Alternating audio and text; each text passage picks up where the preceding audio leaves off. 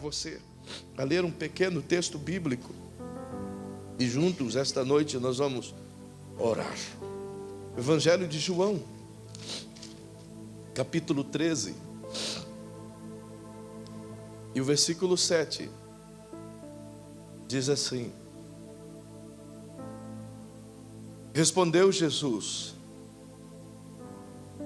o que eu faço não o sabes agora, mas o compreenderás depois. Está na tela, leia comigo por favor, de acordo com o que está na tela.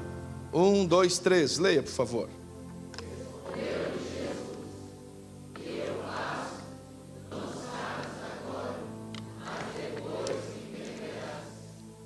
Vire para quem está pertinho de você e leia para ele esse texto.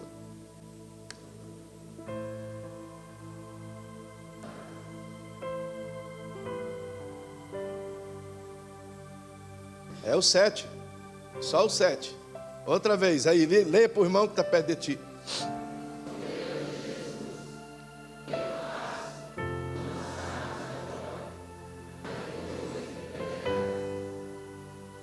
Deixe-me situar você dessa cena, mas antes, incline sua cabecinha, por favor. Paizinho majestoso, Tu és maravilhoso em tudo que dizes, em tudo que fazes. Me sinto tão pequeno, tão frágil, tão fraco, tão pecador, tão errante, tão cheio de erros, tão ineficiente, Senhor. Me sinto um nada, Pai, diante das grandes coisas a fazer, e muito especialmente diante da Tua palavra.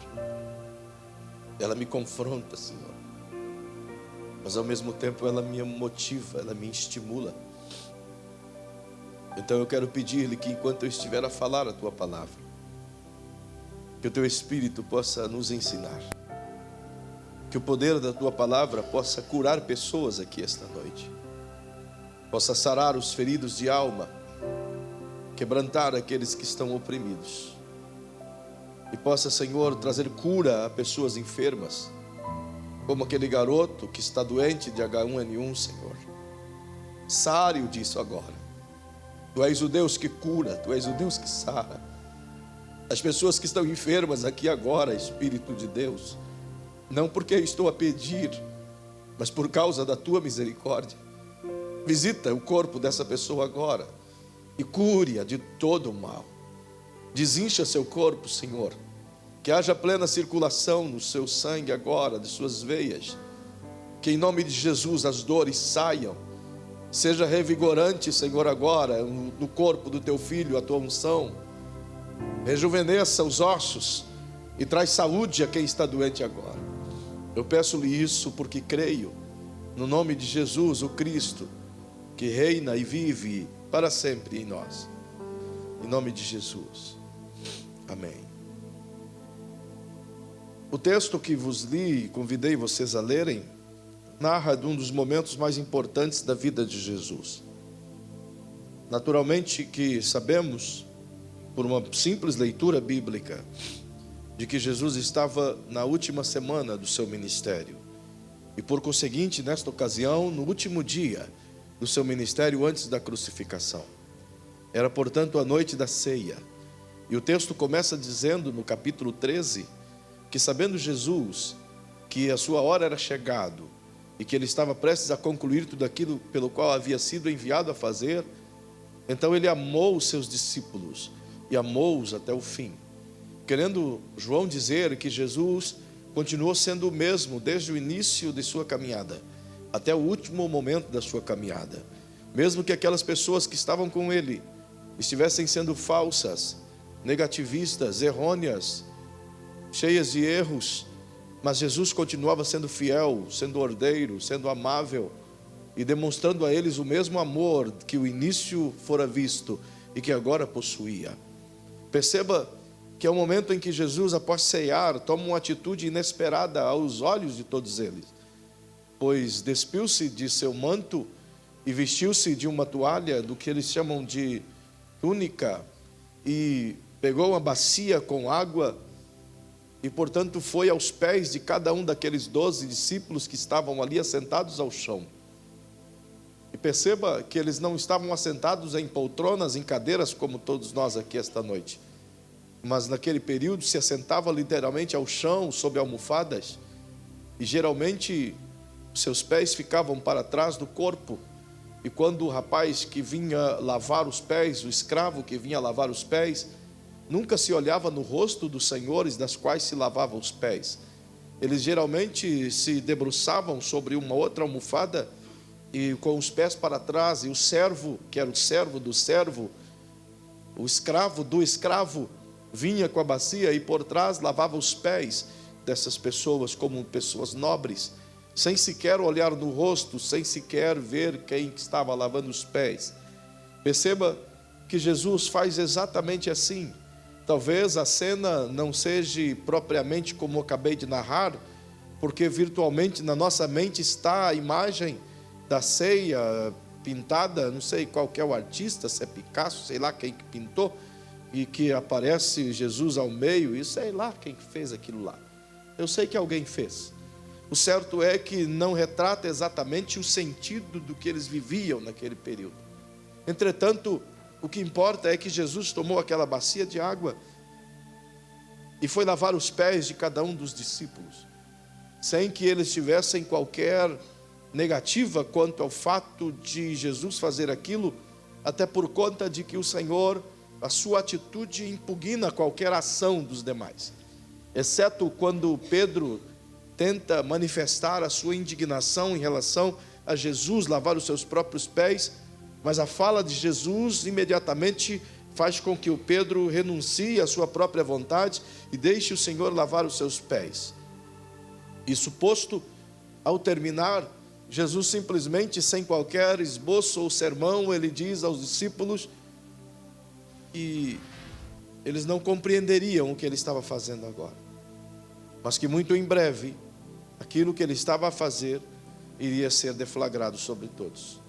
Naturalmente ele estava falando sobre humildade, sobre liderança, sobre servidão, sobre a capacidade de amar, sobre a capacidade de se submeter, sobre a capacidade de considerar os outros superiores a si mesmo, sobre a ideia de viver um evangelho de servidão e amor, de submissão e graça, de unidade. Era exatamente isso que ele estava a fazer, embora todas essas coisas possam ser exploradas e ensinadas nesse texto, mas eu quero simplesmente tomar emprestado esse texto em rápidos minutos e tentar te mostrar que aqui está inserido na frase de Jesus um insondável propósito divino. E poderíamos trabalhar de maneira exaustiva esse conteúdo, pensando nas coisas escondidas nesse pequeno texto que Jesus diz. Quando ele cita essa frase, o que eu faço agora, você pode não compreendê-lo, compreenderá depois. Está implícito uma série de coisas das quais poderíamos passar a semana toda a estudar. Mas a primeira delas que gostaria de pensar com vocês é quantos planos de Deus nos deixam cheios de interrogações e que não conseguimos de maneira nenhuma compreender o propósito e tal. Essa é a primeira coisa que me vem à mente logo de imediato quando pensa sobre esse insondável propósito. Por que as coisas acontecem como acontecem? Por que estamos aqui esta noite? Por que você passou a semana talvez em conflito? Por que deu errado algo que parecia que ia dar tudo certo? Por que o carro quebrou quando você estava indo fazer a obra de Deus? Por que infelizmente sua vida foi interrompida por um problema no seu corpo? Por que não recebeste o que deveria receber? Por que fulano falaste mal de ti? Por que tal coisa? E por quê? E por quê? E por quê? E por quê? E por quê? E esses porquês todos, nada mais são do que a ausência de certezas de nossa alma daquilo que vivemos no Senhor. Nada mais é do que a absoluta certeza de que não conhecemos os propósitos divinos e não estamos dispostos a vivê-los na sua intensidade. É a absoluta afirmação de nossa alma de que, porque não sabemos exatamente qual é o nosso propósito, então somos tomados de inúmeras incertezas da vida. E a maior luta do ser humano é justamente essa: saber qual é o seu propósito. O que é que eu estou fazendo aqui? Ou o porquê que eu estou aqui? Desde que mundo é mundo, filósofos, pensadores, historiadores, homens sábios, de um modo geral, seus argumentos e suas falas estão centradas sempre na perspectiva da resposta de que estamos fazendo aqui. Todos passam horas e inúmeros anos na perspectiva de filosofar e tentar compreender o propósito da vida humana. O seu propósito, o meu propósito. Creio eu que a maior dúvida de cada uma das pessoas que está aqui essa noite é realmente saber, afinal de contas, o que Deus quer comigo. O que vai ser de mim? O que Deus quer comigo com esse negócio todo de Coreia do Norte? Qual é o propósito de Deus com essa igreja? Qual é o propósito de Deus em te colocar aqui, em te trazer aqui? Qual é o propósito do Senhor em te fazer membro dessa igreja, sendo que tem 300 outras igrejas aqui na cidade? O que é que te trouxe aqui? O que é que nos moveu? O que é que nos uniu? O que é que faz com que a gente esteja aqui trabalhando diuturnamente? O que é que faz com que você esteja envolvido dentro de um contexto ministerial aqui nessa igreja? Ora, são tantas perguntas e a gente não tem tempo de respondê-las como um todo. Mas pelo menos algumas delas precisamos elucidar aqui esta noite. E talvez uma ou duas respostas podem sanar todas as outras. Perceba que a primeira coisa que eu percebo que está aqui no texto bíblico, nas palavras de Jesus, e na cena que envolve tudo aquilo que ele está fazendo, como eu acabei de citar. E Jesus esboça isso não em palavras, mas em ações. À medida que ele desce de sua postura, à medida que ele deixa o seu manto, a sua característica de Senhor, e se submete ao nível de maior servidão, ele está declarando a todos nós que do momento em que ele decidiu viver o plano de Deus, a única vontade absoluta que reina é a vontade de Deus sobre a dele. Ele quer nos ensinar que do momento em que ele decidiu seguir a direção de Deus e fazer com que o plano do Senhor fosse executado, a única e soberana vontade que prevalecia sobre a vida de Jesus era a do Pai e não a dele. Essa é a primeira coisa que ele quer deixar implícito e explícito para nós aqui agora, que nem sempre conseguimos compreender de maneira imediata, mas compreendemos bem depois que as coisas acontecem. Então eu pediria que você comunicasse para quem está pertinho de você e diga: Jesus ensina que a mais importante vontade que precisa prevalecer é a vontade de Deus sobre a minha vontade. Do momento em que eu e você compreendem isso, irmão, as coisas começam a ter sentido. Mesmo as coisas que nos trazem dor e sofrimento, mesmo as coisas que a gente labuta e que não gostaríamos de viver ou recebê-las, quando a gente consegue compreender que estamos sujeitos à plena e irrestrita vontade de Deus, nós vamos aprender pelo menos 3 coisas basilares aqui. A primeira delas é que nenhuma vontade de Deus sofre corrosão ou frustração.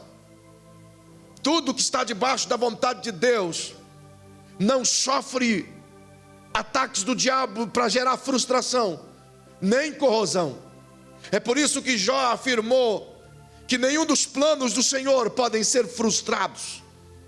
Significa que quando eu compreendo a vontade de Deus de maneira imediata e plena, eu posso descansar tranquilo que mesmo aquilo que eu não quisesse que acontecesse, aquilo que eu não queria que houvesse tido na minha vida, e que me causou algumas lágrimas, ainda que seja lágrima, e se eu creio que eu estou debaixo da vontade de Deus, Deus não está fechado os olhos para aquilo, e nem virou as costas. De alguma maneira Ele está agindo ao meu favor, e isso precisa entrar dentro de nós.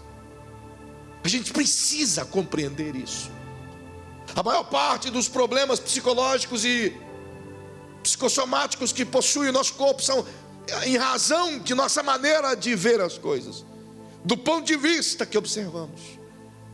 Queremos entender o porquê que as coisas ruins e as coisas boas aconteçam conosco, e esquecemos que uma vez se nos submetemos à vontade de Deus, Deus é soberano para saber o que é melhor para os seus filhos. É ou não é?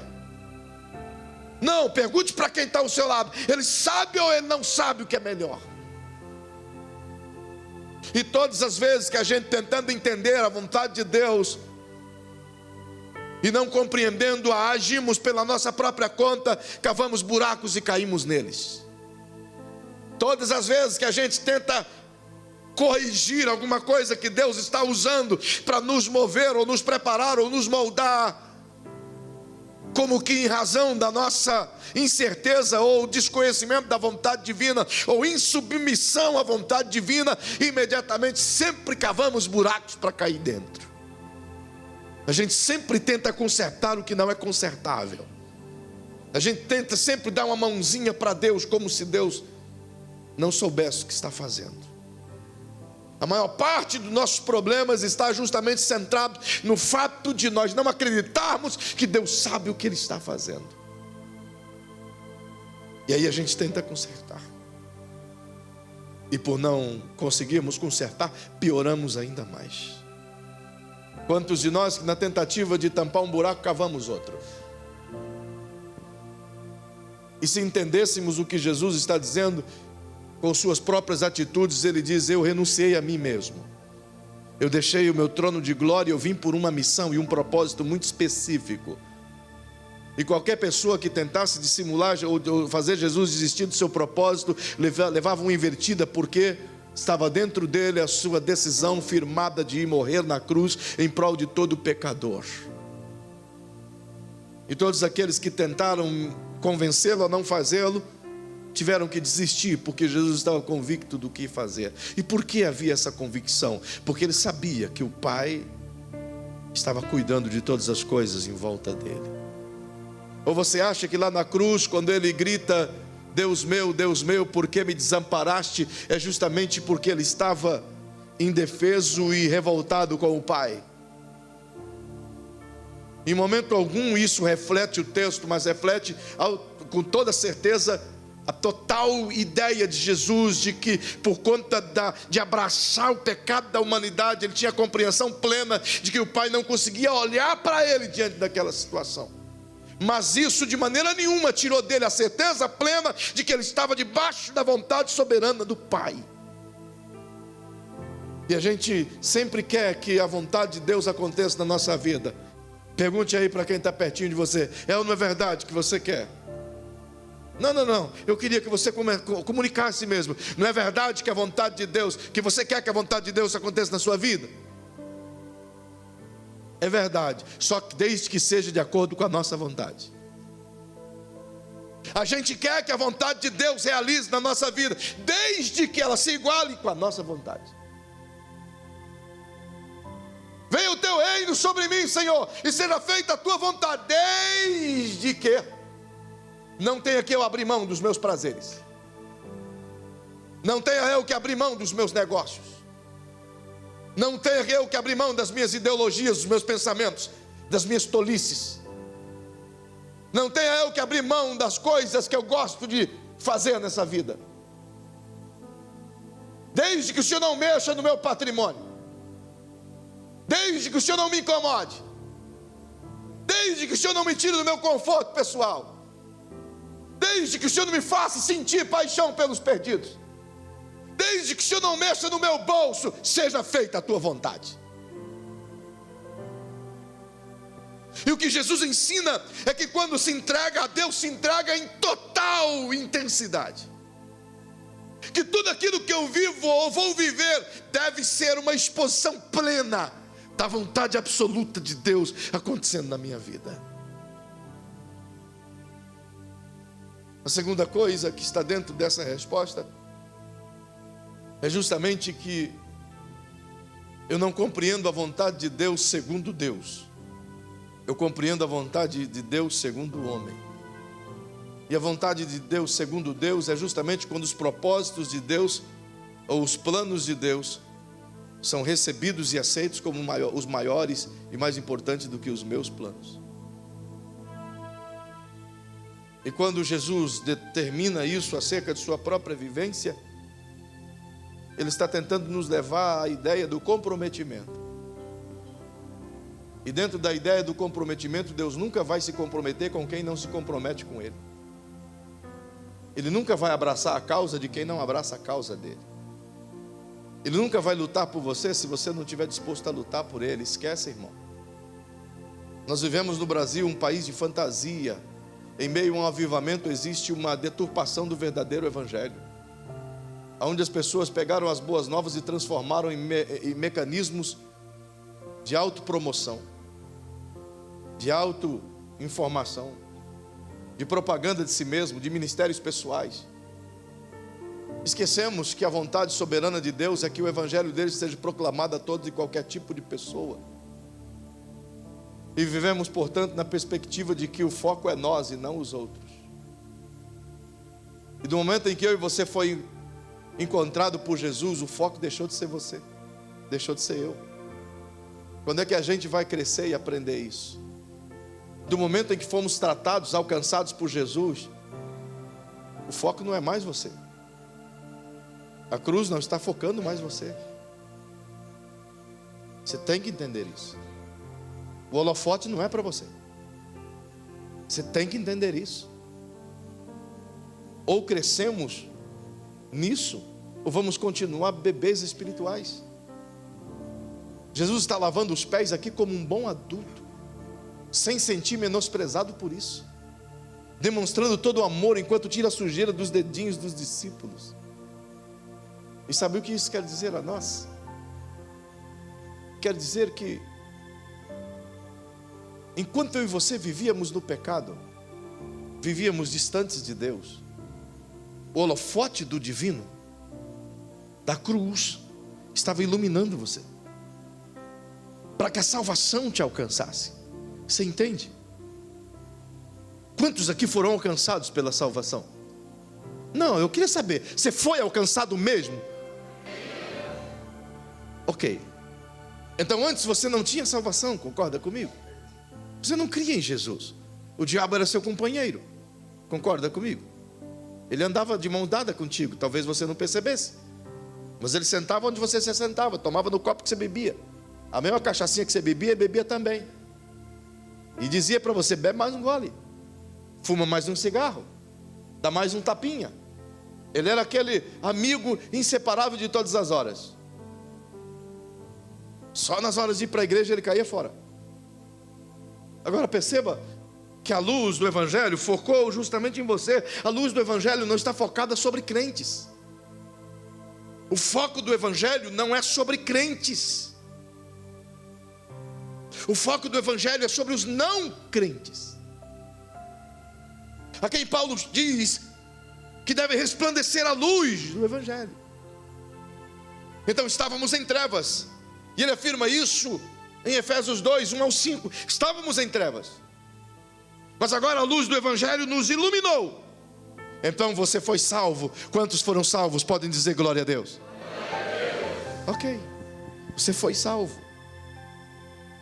Então diga para quem está ao seu lado: você foi salvo. Então a luz que estava sobre você, Jesus de Nazaré, diga: a luz que estava sobre você não está mais sobre você, está dentro de você. Agora essa luz, diga, essa luz tem que mirar outra pessoa. E não é outro crente, é outro não crente. Ou a gente precisa dessa luz para se converter de novo? A luz veio em mim enquanto eu era trevas, ela me iluminou. Então o Cristo veio viver em mim. Aí agora a luz está em mim e eu tenho que focá-la em outra pessoa, para iluminar outra pessoa. Então não se trata mais de mim, se trata do meu próximo.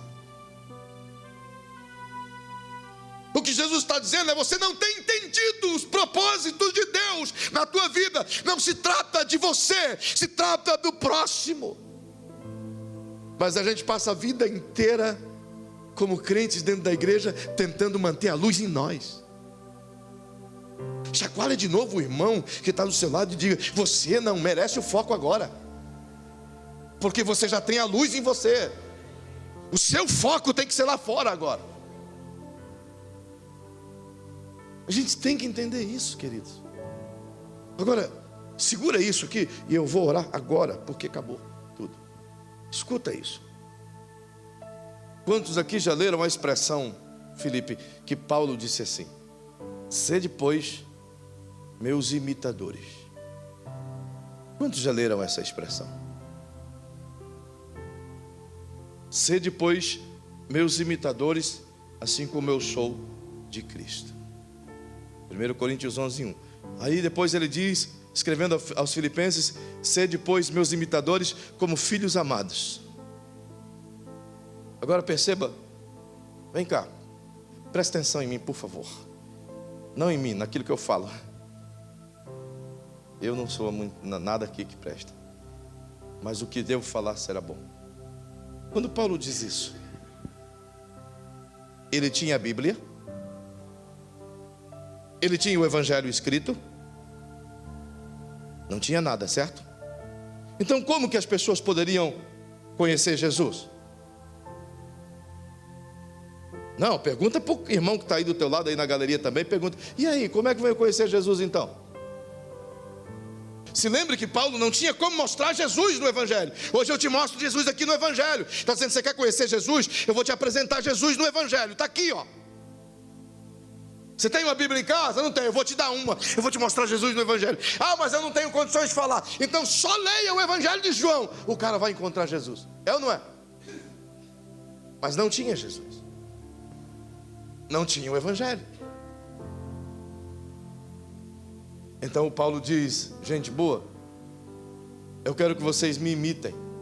E o que o senhor tem para nos ensinar, Paulo? Paulo está dizendo: o foco não está em mim. O foco está nos perdidos. O que você quer dizer com isso, Paulo?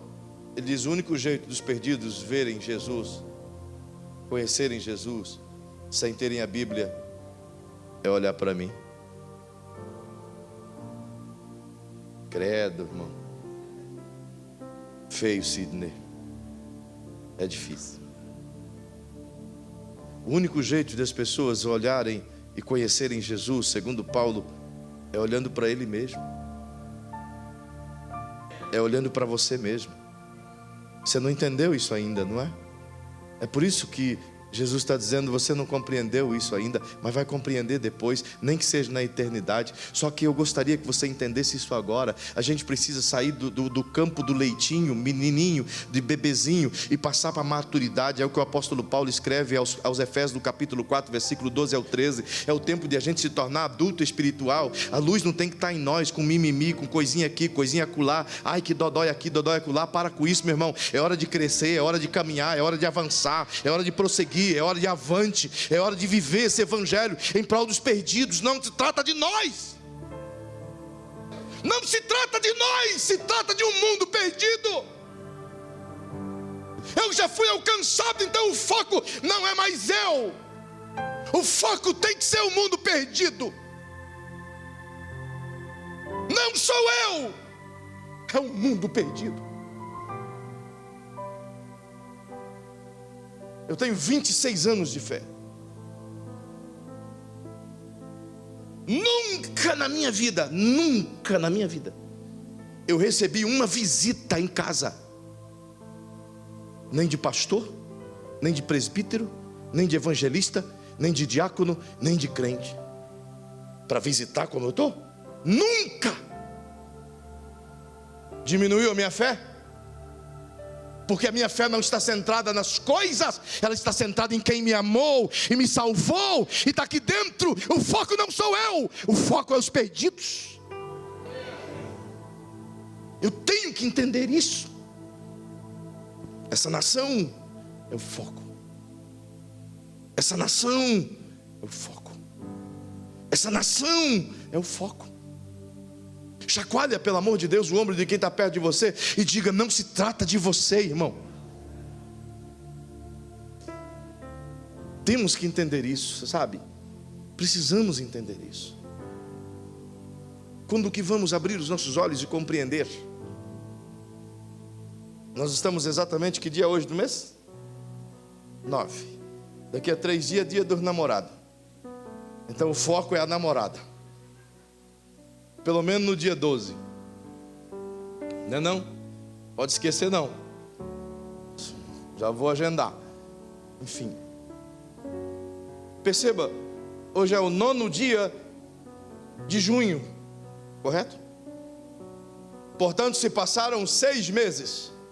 Não é não, Fernando? Minha cabeça está muito avoada hoje, não dá para me fazer a conta rápida aqui. De quantos dias se passaram? Mas foi bastante. Foi bastante.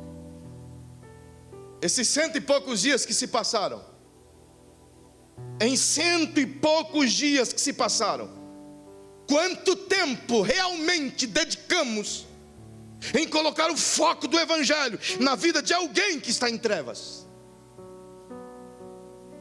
Quanto tempo de fato e verdade dedicamos para tirar a luz de cima de nós e colocar a luz em quem precisa?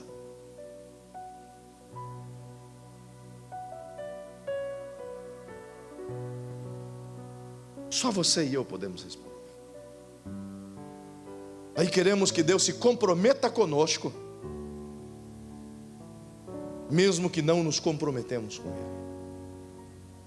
Queremos que Deus realize os nossos gostos, mesmo que não caprichamos nos gostos dEle.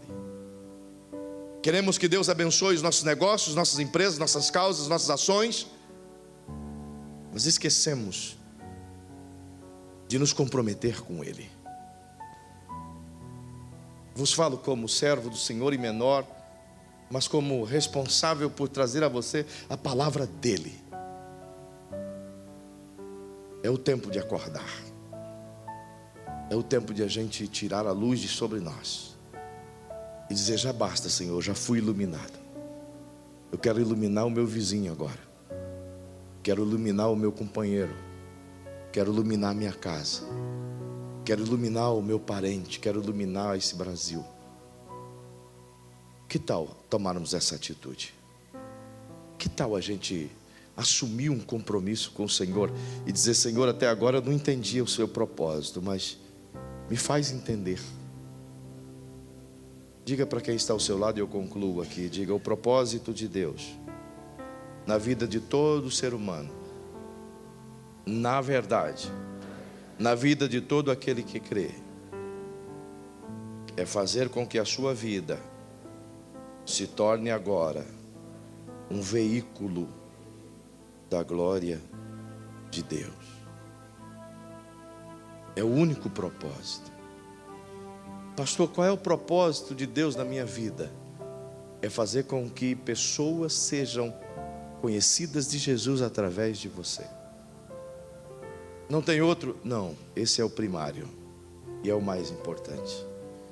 É por isso que essa igreja tem um lema: 100% vidas. Tudo que formos fazer tem que ser para alcançar uma vida. Se não fizermos isso, não tem sentido, não tem propósito. Estamos vivendo errado. Não estamos fazendo a vontade dele. Eu queria que vocês se colocassem em pé.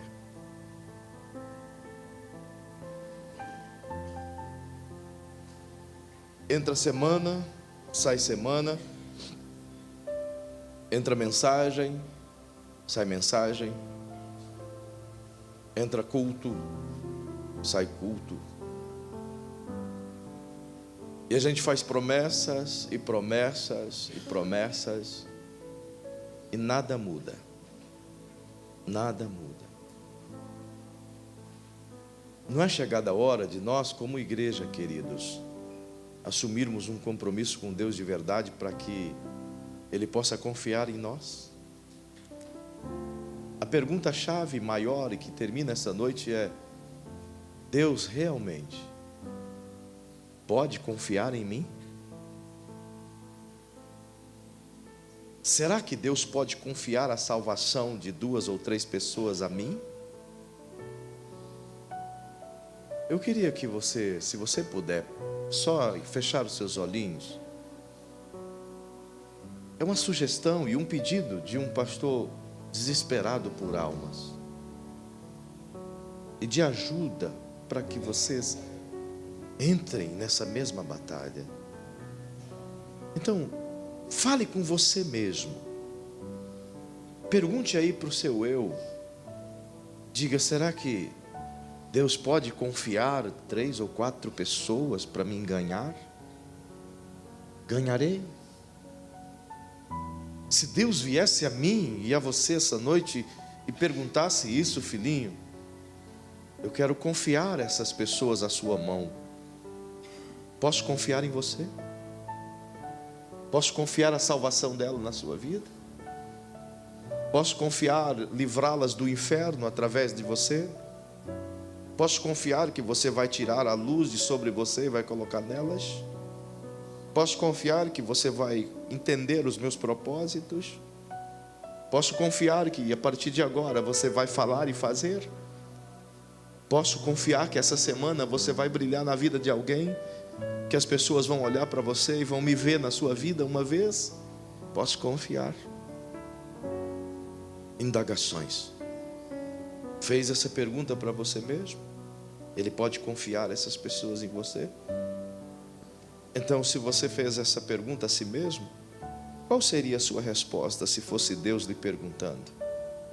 Você teria coragem de dizer a Ele: Senhor, pode confiar, me dá não só uma, mas me dá 2, me dá 10, me dá tantas quantas o Senhor achar que eu possa cuidar, e eu quero cuidar delas. Eu quero convidar você essa noite, irmão e irmã, a uma reflexão, a uma rápida reflexão. Por favor, faça mais pelo Senhor, faça mais pelos perdidos, se envolva mais, por favor. Deixe um pouco as coisas dessa vida, se envolva mais, ame um pouco mais, viva esse evangelho um pouco mais.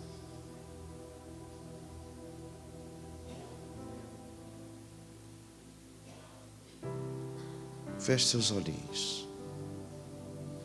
No nome de Jesus, eu quero convidar você a orar comigo agora. Mas nesse momento de reflexão final,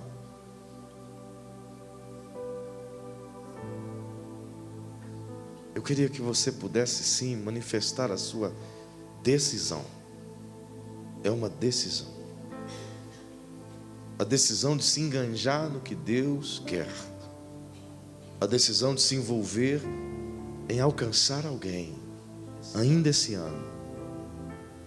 Então, em nome de Jesus, se houver alguém aqui essa noite que diz: pastor, eu tenho feito essa análise, tenho reconhecido que não tenho vivido o que o Evangelho diz para viver, reconheço que não tenho sido aquilo que eu queria ser. Então, em nome de Jesus, se você quer tomar essa decisão e você acredita que Deus pode confiar em você algumas vidas, irmão, eu quero orar com você para te ajudar a fortalecer esse pacto de comprometimento com o Senhor. Deus só pode confiar em nós almas se Ele vê realmente que nós iremos buscá-las. Do contrário, passaremos a vida inteira aqui pregando e nada mudará. Então, em nome de Jesus, se houver alguém aqui essa noite que diz: pastor, eu me sinto culpado por tantos perdidos, mas eu quero minimizar isso, quero me comprometer, sai do seu lugar. Eu quero orar com você aqui essa noite. Sai do seu lugar. Se você quiser, venha diante desse altar, sentir as dores de Deus, comprometer-se com Ele, andar com Ele. Será que Ele pode confiar? Pode confiar a você 1, 2, 10, 20 pessoas, 100 pessoas, uma cidade inteira? Pode confiar a você seus funcionários? Pode confiar a você seus amigos de trabalho, suas amigas, seus alunos, suas professoras? Pode confiar a você seu gerente de banco, seu sócio, seus companheiros? Pode confiar a você seu pai, sua mãe, seus amigos de faculdade, seus amigos da escola, seu marido, sua mulher? Será que Ele pode confiar que você vai colocar a luz nessas pessoas? Quando você colocar a luz nessas pessoas, elas olharão para você e irão tentar te imitar. Eu quero orar agora, no nome de Jesus.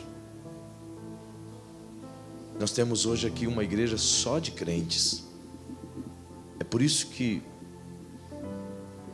faço esse apelo aqui essa noite. Não podemos viver assim. Não podemos continuar assim. Não mais. Feche seus olhos. Paizinho, está vendo essas lágrimas aqui diante desse altar? Tem percebido esses soluços, esse quebrantamento, esse coração? Eu sei que o Senhor tem notado a inquietude dessas pessoas, Pai. E se estão aqui à frente é porque de alguma forma, em Ti, no Senhor, elas têm percebido, Paizinho, que poderiam ter sido instrumentalizadas em mais pessoas. Muitos dos que estão aqui essa noite, Senhor, perderam e continuam perdendo oportunidades de brilhar, justamente porque esqueceram que a luz que está dentro deles só pode brilhar quando o foco for mirado em outra pessoa. Então nós miramos o foco da iluminação sobre nós, Pai, e esquecemos de que aqueles que estão à nossa volta precisam ver o Cristo em nós. Por isso eu sei, Senhor, que está nos convocando esta noite. E assim como eu sinto, Pai, tem pessoas aqui que estão sentindo essas mesmas dores.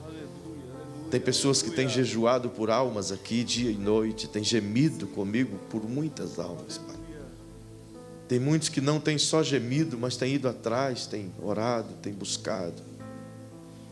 Mas agora muitos se comprometem, Senhor, porque não querem mais viver só da aparência do cristianismo. E é o que eu tenho te pedido, Senhor, se for para viver aqui, se for para pastorear essa igreja apenas por pastorear, sem alcançar os perdidos, sem livrá-los da morte, eu não quero, Senhor. Eu prefiro morrer, eu prefiro ir embora, eu prefiro não estar nessa terra. Eu sei que comigo aqui está muita gente assim. Então eu te peço agora, Senhor, recebe esse comprometimento. Recebe essa fala dessas pessoas que estão dizendo aí agora. O Senhor pode confiar nelas. O Senhor sabe o nível de confiança de cada um aqui. Então, ouça o que eles estão orando, Senhor. Mas em mim, Paizinho, da minha parte eu te digo, confia a mim, milhares de almas. Confie, eu quero cuidar, Senhor. Eu quero me doar, Pai. Quero viver por esses países. Quero morrer por essas almas. Ajude-nos, Senhor, a alcançar essa cidade para Ti. Eu peço, Senhor, sobre esse marido dessa irmã. Há tanto tempo ela te pede.